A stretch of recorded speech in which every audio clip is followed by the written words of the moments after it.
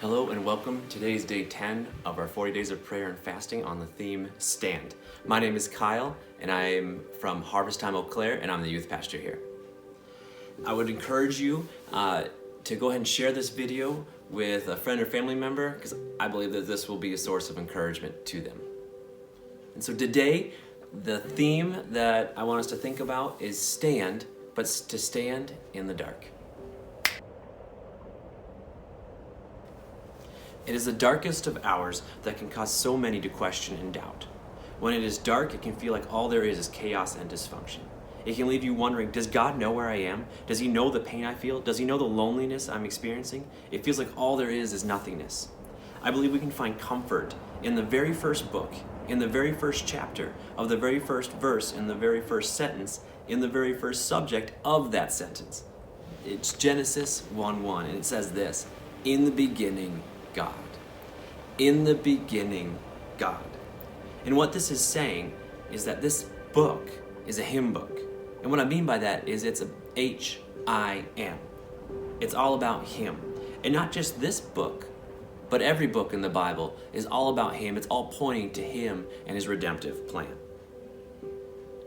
And so when God spoke to the nothingness, the nothing had to turn its ear to the Creator. And that nothing had to turn into something. It turned into the terra firma, that is the dry ground. Some of that nothingness said to itself, the Creator called and said we needed some water. So it's time to H2O. See, He caused the sun to burn at 27 million degrees. The moon is 238,900 miles away and it reflects the sun. The earth tilted its axis to 23.5 degrees so it wouldn't be too hot and it wouldn't be too cold. Some of that nothingness became stars, and some of that void became living plants and animals.